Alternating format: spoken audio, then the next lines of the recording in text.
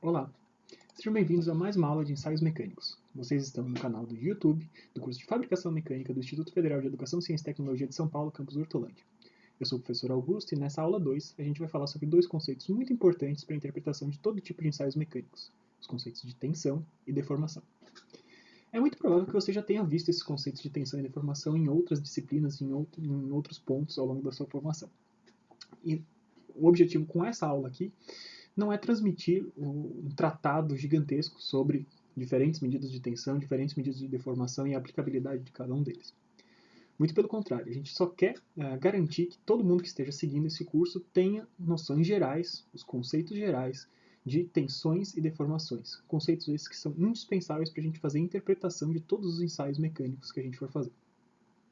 Pois bem, a gente vai começar falando então sobre antes de falar desses ensaios em si, né, como eu já tinha falado no vídeo anterior, né, eu venho prometendo para vocês que a gente vai logo falar sobre os ensaios de tração e a gente está já no segundo vídeo falando sobre algum introito antes disso. Né? Então essa pequena parada introdutória vai ser muito importante para que a gente faça a interpretação dos ensaios mecânicos que a gente vai ver daqui para frente. Tudo que a gente tinha visto na aula anterior, falando sobre o comportamento mecânico dos materiais metálicos, né, estava associado ao lado microscópico desses materiais. Então a gente tinha visto como que a estrutura cristalina dos metais influenciava e se refletia em efeitos que a gente conhecia como elasticidade, plasticidade, encruamento, fratura. Alguns efeitos são muito conhecidos e que a gente observa claramente ao longo do estudo dos ensaios mecânicos. Né? Então, tudo isso que a gente tinha visto era o que se passava no nível microscópico, né, o nível atômico, né, o que muito submicroscópico, na verdade, né, microscópico eletrônico. Né. Então, tudo que se passava no nível atômico. Então, estava relacionado com forças atômicas, forças entre diferentes átomos, retículos cristalinos, essas coisas todas. Só que tudo que eu tinha conceituado lá para vocês não são coisas que a gente consegue observar no dia a dia numa peça a olho nu. Então, eu não consigo enxergar uma discordância que foi formada, eu não consigo enxergar claramente, desde o princípio, os planos de deslocamento, os planos de deslizamento dessas concordâncias. Eu não consigo enxergar claramente esse distanciamento na fase elástica, né, esse afastamento de pequenas fileiras de átomos de reaproximação assim que a gente retira a carga. Então, a gente não consegue observar esses efeitos que são efeitos atômicos. O que a gente de fato observa, na real, nos casos reais, quando a gente tem coisas microscópicas que estão sendo testadas, a gente observa outras coisas. A gente consegue observar e medir grandezas de diferentes naturezas. A gente não vai medir afastamento entre átomos, a gente não vai medir formação de discordâncias, a gente vai conseguir medir outras coisas. E que coisas que são essas, na verdade? Duas dessas coisas que a gente consegue medir efetivamente são tensão e deformação. Mas qual que é a relação entre a tensão e deformação e aqueles efeitos atômicos que a gente tinha visto anteriormente? Então, a gente vai discutir um pouco disso já na aula de agora, né, nessa aula 2, mas ao longo de todo o curso a gente vai fazer um pouco dessa discussão de como que a gente consegue relacionar medidas macroscópicas com fenômenos submicroscópicos, tá bom? É importante que vocês saibam que para os ensaios mecânicos, para a grande maioria dos ensaios mecânicos, esses dois conceitos que a gente vai falar na aula de hoje, que a gente vai reintroduzir para vocês se vocês já tiveram visto, ou fazer uma breve pincelada se é a primeira vez que vocês têm contato com eles, são conceitos que vão aparecer em diversos dos nossos ensaios de ensaios mecânicos, sejam ensaios de tração, compressão, flexão, dobramento, tem diversos ensaios diferentes, mesmo fadiga, tem diversos ensaios diferentes para os quais essas grandezas são grandezas muito importantes, tá bom? E por isso, né, essa aula está inserida dentro desse curso de ensaios mecânicos. Então, tensão e deformação. Vamos manter ali em cima essa nossa ideia da aula de hoje e vamos falar um pouquinho sobre tensão e deformação. A gente vai começar a falar sobre tensão e deformação com uma pergunta que parece super boba, né? Quanta força é muita força? A gente tem como responder isso de forma absoluta? A gente tem como chegar em alguma conclusão e dizer essa força é muita força? Essa setinha, né? Lembrando que força é um vetor, né? Uma setinha desse tamanho, essa força F1 é muita força? Ou essa força bem maior, essa força F2 é muita força?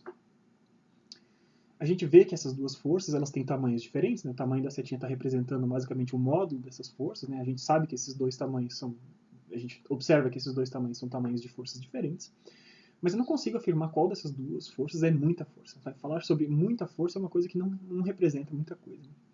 Se a gente está focando agora em comportamentos de materiais, como a gente tinha visto anteriormente, né? Elasticidade, plasticidade, fratura, encruamento, a gente pode falar sobre muita força ou pouca força com respeito a esses fenômenos. Né? Quanta força é força suficiente para que a gente saia da fase elástica e entre para a parte plástica, por exemplo? Quanta força é suficiente para que a gente chegue num nível de fraturar um determinado material? Então, quando a gente está relacionando, quando a gente deixa de falar em muita força ou pouca força, e a gente passa a associar essa grandeza de força a fenômenos de comportamento no material, a gente está dando um passo importante para alguma coisa que tenha mais significado técnico, efetivamente. Tá? Mas ainda assim, falar em força nesse contexto não é alguma coisa muito representativa. Tá? Depende. Quanta força é muita força? Depende. Mas depende do quê? Então, quando a gente está falando em comportamento mecânico, quando a gente está fazendo essa relação, é muito mais importante a gente pensar não na força em valores absolutos, mas na relação entre a força e a quantidade de material que existe para suportar essa força. Então, 1 newton pode ser alguma coisa que seja muito pequena, seja super pequenininho, não faça nem cócegas em termos de solicitação mecânica do material. Mas 1 newton pode romper totalmente o mesmo material. Vai depender do quê? Vai depender de quanto que é a geometria, qual é o tamanho da geometria que está disponível para suportar essas forças, seja de 1 newton, de 100 newtons ou de 200 mil kilonewtons, por exemplo, 200 milhões de newtons, por exemplo. Então, quanta força é muita força? Depende, porque força não é uma medida adequada da solicitação, mesmo quando a gente está falando em comportamento mecânico, né? Falar em força não é o mais adequado. É mais adequado a gente fazer essa relação entre força e a quantidade de material que tem para suportar essa força que está sendo aplicada. Então, por exemplo, a gente viu ali essas duas forcinhas, né? A forcinha 1 parecia muito menor que a força 2, então a gente tenderia a dizer que a força 2 era maior do que a força 1. Mas se eu estou aplicando essa força sobre um cilindrinho, por exemplo, um cilindro de material, que tem diferentes diâmetros, e se para suportar a força 1 eu tenho um cilindro de pequeníssimo diâmetro, e para suportar a força 2 eu tenho esse cilindrão gigante aqui, tá? Esse cilindrão gigante aqui, claramente o material, percebe que o material tem a mesma cor, são duas vezes são materiais azuis aí que eu estou representando para vocês. O material que está suportando a força 2 está menos solicitado do que o material que está suportando a força 1. Porque o que conta é a relação entre força e a área, basicamente, que eu tenho. Tá bom? Então, quanto de material que está sendo suportado por cada uma dessas forças, a gente vai se interessar sempre com a área sobre a qual essa força, esse tipo de solicitação está sendo aplicada. Tá bom? Então, a partir disso, né, essa relação entre a força e a área que a gente tem para suportar essa tensão, isso é a base do conceito de tensão, que é a primeira das grandezas que a gente está discutindo na aula de hoje. Tá?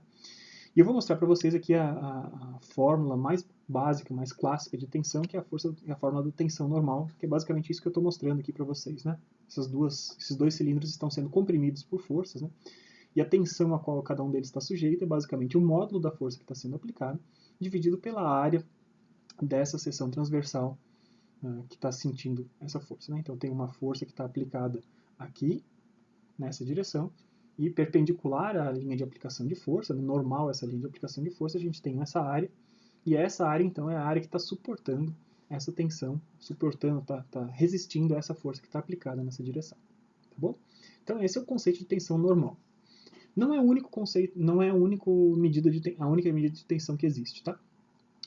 Assim como com essa medida de tensão normal, a gente também pode associar uma medida de tensão cisalhante, que a gente vai falar um pouquinho o que é cisalhamento, a gente vai falar logo em seguida, tá? Quando a gente falar de medidas de deformação. Tá? E para o conceito básico de medida de tensão cisalhante, a gente também vai ter a mesma ideia, uma força dividida por uma área, só que a gente vai ter que prestar muita atenção de qual que é a área que está sofrendo cisalhamento, tá bom?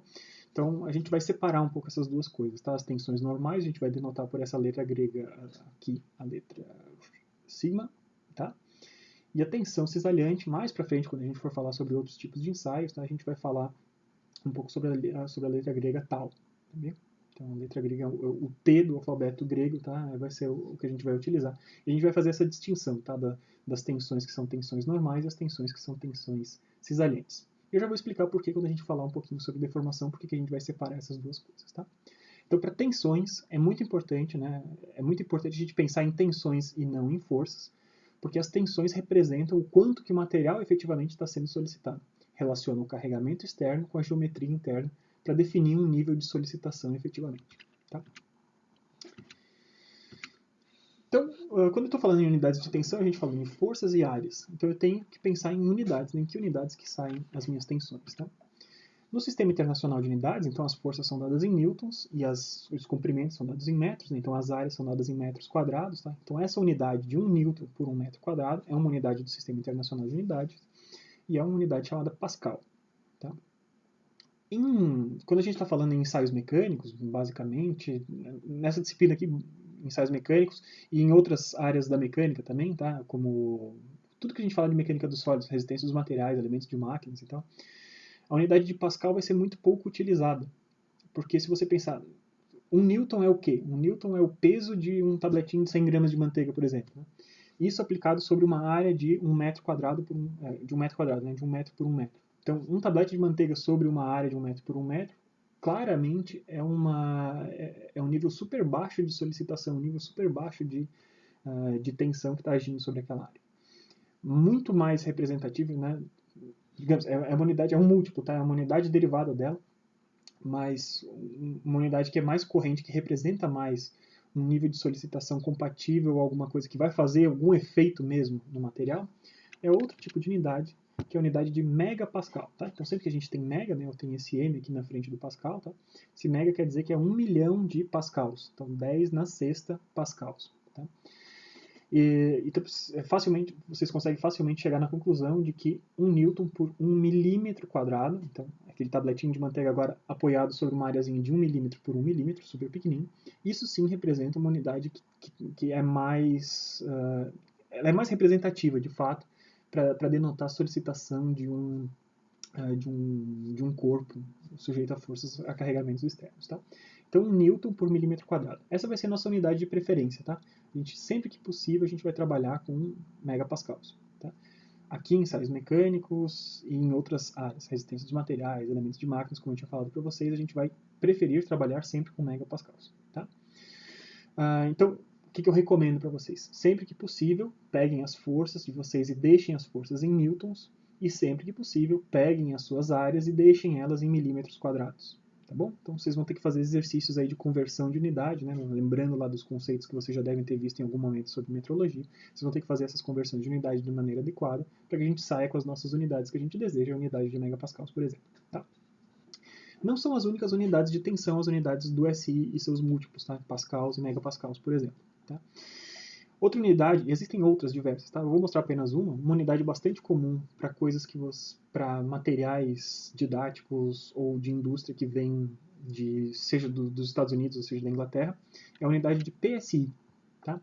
PSI é uma unidade que é libras-força por polegada quadrada. Então você vê, de novo a gente tem a força dividido por área, né? O mesmo conceito de tensão, o conceito é o mesmo, a única coisa que está mudando é como que a gente está medindo esses caras. Então, uma libra-força aplicado em 1 polegada quadrada vai me dar 1 PSI. Tá? Então, isso também é comum vocês encontrarem em diversos livros didáticos, em diversas tabelas técnicas de informações de comportamentos de materiais e tal, dados em PSIs. Tá? Então, é importante vocês saberem e trabalhar com isso. Como que vocês trabalham, né? Se eu tenho algumas forças em newtons, outras em libras-força, como é que eu faço? Então, isso é basicamente vocês fazerem as conversões das unidades individuais entre elas. Tá? Eu não vou passar para vocês um númerozinho, tantos numerozinhos vezes o PSI vai dar em megapascal. Isso eu sempre acho mais prático vocês percorrerem o caminho inteiro e converter um newton para uma libra-força e um milímetro quadrado para uma polegada quadrada, ou vice-versa, para vocês fazerem essas conversões entre megapascal e PSI. Claro que se vocês estiverem na pressa e precisarem fazer uma conversão mais rápida, é super fácil vocês encontrarem conversores automáticos, entre aspas, aí na internet para vocês fazerem essas conversões, tá? Então, as tensões são isso, tá? O conceito de tensão é esse e as unidades de tensão são essas. Então, vamos adiante, tá? Agora eu quero saber como é que eu vou caracterizar o efeito dessa tensão. Eu falei para vocês, então, que a tensão é um conceito que é mais representativo do que é o carregamento de um material, a solicitação, na verdade, de um material sujeito a carregamentos externos. Então eu quero caracterizar o que é esse efeito. Se eu apliquei uma tensão sobre o material, um certo nível de tensão, como é que isso vai refletir sobre o material. Tá?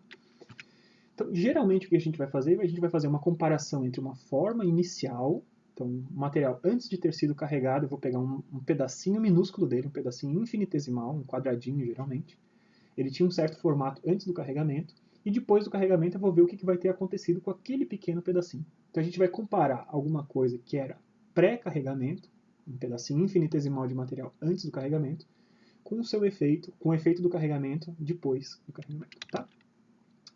Então, o que tiver mudado desse quadradinho antes do carregamento para o quadradinho depois do carregamento, a gente vai medir essas diferenças, e essas medidas dessas diferenças vão ser o que a gente vai pegar como medidas de deformação. Então existe um par, né? As tensões, eu aplico uma força sobre um determinado corpo, dependendo de quanto material eu tenho para aguentar essa força, isso gera um certo nível de tensão lá dentro daquele material. Aquele material lá dentro solicitado com aquele nível de tensão, ele vai responder com uma determinada deformação. Então a deformação é consequência do nível de tensão, certo? A gente pode pensar nessa sequência das coisas. É a única maneira de pensar? Não necessariamente, tá? Muitas vezes eu consigo fazer o material, eu posso pensar ao contrário, eu posso deformar o material até um certo tamanho, então eu preciso que esse cilindrinho que estava desse tamanho, ele chegue nesse tamanho inteiro, eu faço esse cilindro chegar naquele tamanho, então nesse sentido eu posso ter pensado que eu apliquei uma deformação, e a partir dessa deformação aplicada eu penso e vejo qual que é o nível de tensão que teve que ser desenvolvido para isso. Então essas duas coisas estão diretamente relacionadas, tá? Elas caminham juntas, tensões e deformações.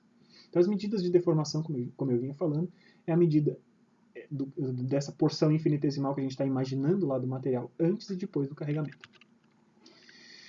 Então eu tenho diferentes tipos de solicitação dos materiais, tá? Então não é aqui o momento da gente discutir tudo isso, isso seria, se vocês tiverem interesse, vocês podem olhar no próprio canal do YouTube, o curso de resistência dos materiais, ou em outros ambientes que vocês já tenham tido essas informações, tá?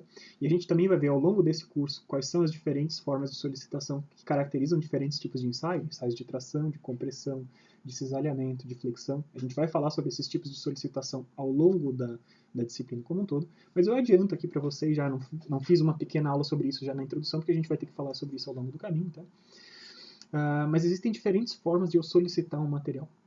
Eu posso solicitar de formas bem diretas, longitudinais, né? Tensão normal associada a um ensaio de tração, um ensaio de compressão, super fácil, tensão cisalhante associada a um fenômeno de cisalhamento puro, ou eu tenho outras formas de solicitar um material, em torção, em flexão, tá? Então, basicamente, essas são as formas que a gente conseguiria solicitar um material, tá? Então, azulzinho ali, o material está sendo comprimido, então tem uma força que está comprimindo, né? Eu tenho um paralelepípedo que tinha um certo tamanho, depois de comprimido você vê que ele ficou meio abaulado, meio em forma de barril. Em amarelo a gente tem uma tensão, né? Estou aplicando, tração na verdade, né?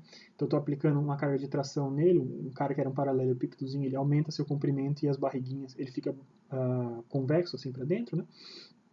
Fica côncavo, desculpa. Em verde a gente tem flexão, então eu tenho esse mesmo paralelepípedozinho, eu estou apoiando ele em dois pontos, estou fazendo uma força no meio, então ele era retinho, ele fica curvado na hora depois que ele sofreu essa força, né? Ele estava reto, eu faço essa força, porque ele está apoiado, ele está ficando curvado, isso que a gente chama de flexão. Em amarelo, no laranja ali mais escuro, a gente tem torção, então eu tenho esse paralelepípedo e eu estou girando a ponta, o topo dele e a parte de baixo em direções opostas, isso que está acontecendo, né? Então era tudo perpendicular, ele está virando, está se torcendo ali no meio do caminho. E finalmente, em vermelho aqui do lado, tá? Se eu tenho uma aplicação de cisalhamento puro, então eu tenho esse paralelepípedo, fixo a parte de baixo dele e aplico uma força lateral para ele na superfície de cima, ele tinha um certo formato, ele se inclina, né? Ele mudou o seu formato. Tá? Então eu tenho diferentes tipos de solicitação e, logicamente, se eu estou fazendo esse conceito de pegar uma forma inicial e uma forma final, para cada um desses tipos de tensão a gente vai ter uma medida de deformação diferente. Não para cada um deles, né? A gente vai tentar trabalhar basicamente com dois tipos de deformação básicos, tá? Mas é importante vocês saberem que para cada tipo de solicitação a gente vai estar associando um tipo de deformação diferente, tá? Então, quais são esses dois tipos de deformação básicos que a gente vai focar? A gente vai focar em deformações normais e deformações cisalhantes. Tá? A deformação normal tem a ver com mudança de comprimento de alguma coisa. Então, se eu pego aqui um quadradinho, originalmente o quadradinho tinha esse tamanho, né, no material pré-carregamento, eu apliquei o carregamento. Se após a aplicação do carregamento esse materialzinho mudou o seu comprimento, a gente está falando em uma deformação normal. Certo? Além disso, a gente tem uma deformação um pouco diferente, que é uma deformação cisalhante. Uma deformação que tem a ver com a mudança do formato do elemento. Então, originalmente eu tinha aquele quadradinho, e depois de aplicação de carregamento, por exemplo, cisalhamento puro, como esse que está aparecendo ali, né, uma face do elemento solicitado para a direita, outra face solicitada para a esquerda. O que vai acontecer depois de aplicação desse carregamento? Ele mudou o seu formato. eu tinha ângulos internos, né? Se eu pegasse um quadradinho, todos eles de 90 graus, e ao final da aplicação das cargas de cisalhamento, eles são ângulos diferentes de 90 graus, por meio um paralelogramo, desculpa. Então vocês percebem que são efeitos diferentes, né? E isso retoma aquilo que eu tinha falado anteriormente para as tensões. Por que a gente vai fazer a distinção entre tensões normais e tensões cisalhantes? Porque são tensões que provocam, né, se a gente estiver isolando esses efeitos, isolando o efeito puramente tensão normal de puramente tensão cisalhante, esses dois efeitos são tensões, na verdade, essas duas tensões são tensões que provocam efeitos muito diferentes no material. Uma tensão normal vai mudar comprimentos do material, e uma tensão cisalhante pura vai mudar formato desse material, vai mudar ângulos internos desses materiais. Então, a deformação normal, eu vou mostrar basicamente o conceito, né, de deformação normal aqui. Então, a deformação a gente vai chamar aqui de epsilon, outra letra grega, tá? Então, epsilon vai ser basicamente a variação de um comprimento. Sempre que você tem um delta, né, a variação é o valor final menos o valor inicial desse comprimento. Ele pode ter aumentado, pode ter diminuído. Então, tem a variação do comprimento dividido pelo valor inicial desse comprimento. Tá? Uma medida possível aí de deformação. A gente vai falar mais sobre medidas possíveis de deformação mais para frente, tá? Mas é uma deformação que a gente chama de deformação de engenharia, não deformação instantânea, deformação real, tá? Então eu pego, esse aqui é o comprimento original desse cara antes do carregamento ter sido aplicado, e ali em cima é o quanto esse comprimento variou por conta da aplicação de carga. Então você observa, você tem uma unidade de comprimento em cima e uma unidade de comprimento embaixo. Fica muito claro, então, que a medida de deformação é uma medida adimensional. Ela não é uma medida dada nem em milímetros, nem em metros, nem nada. Ela é uma medida que não tem dimensão. Você vai cortar a mesma unidade em cima e a unidade embaixo, tem milímetros em cima e milímetros embaixo, corta os dois, fica uma medida sem unidade. Tá? Muitas vezes as deformações são dadas em porcentagens também. Tá? Então, também é alguma coisa que a gente pode interpretar como se fosse sem dimensão nenhuma, né? Só que é uma escala uma escala percentual, né? Então, se o original é equivalente a 100%, quanto que foi a deformação em termos ao comprimento original, tá? Então, como eu tinha falado, geralmente as deformações são adimensionais. As deformações cisalhantes, como eu tinha falado para vocês, são deformações angulares, tá? Então, qual que é uma medida de ângulo que não tem unidade? Tá? Uma medida de ângulo sem unidade é uma medida de ângulo em radianos. Então, as medidas de deformações cisalhantes que a gente pode medir, né, são medidas angulares, variações do ângulo. A partir do ângulo de 90 graus original que eu tinha, você vai ver quanto que esse ângulo variou, aquele quadradinho original, quanto que esse ângulo de 90 graus variou, medido em radianos. Isso também é uma medida adimensional de ângulo que é coerente com esse conceito de deformação enquanto algo adimensional. Por que as deformações também não têm... por que as deformações, tanto normais quanto cisalhantes, não têm unidade? Lembre-se, o que a gente quer é uma representação local que independa do tamanho do material. Então, se as deformações estivessem associadas a uma unidade de comprimento, por exemplo, né, eu poderia fazer a mesma pergunta que eu fiz com as forças, eu poderia fazer para a deformação. Uma deformação de 1 milímetro é uma deformação grande ou pequena? Depende. Tudo depende do tamanho, do material, de tudo que está sendo considerado. Então, para a gente abstrair o tamanho geral do componente específico que está sendo solicitado e para a gente caracterizar a solicitação em si, para isso que a gente faz uma medida de deformação adimensional, uma medida que não esteja associada a uma determinada unidade. Tá bom? Então, por que é importante a gente falar sobre tensão e deformação? Tá? Sem querer passar ele para a tela final, eu tenho que fazer uma primeira observação. Por que a gente está falando de tensão e deformação depois de ter falado de comportamentos mecânicos de material em nível atômico? Por enquanto a gente não fez essa relação ainda. Né? Ora, a relação, quando a gente for fazer os ensaios mecânicos efetivamente, pegar os resultados dos ensaios mecânicos, né, a gente vai começar a conseguir associar esses fenômenos que eu tinha listado na aula anterior, na aula 1, de elasticidade, plasticidade, encruamento e fratura. A gente vai associar esses caras que têm origem naqueles fenômenos atômicos com medições macroscópicas, medições que eu consigo fazer, né, eu aqui nesse mundo sem estar dentro do microscópio, né, essas medições macroscópicas em tensão e deformação.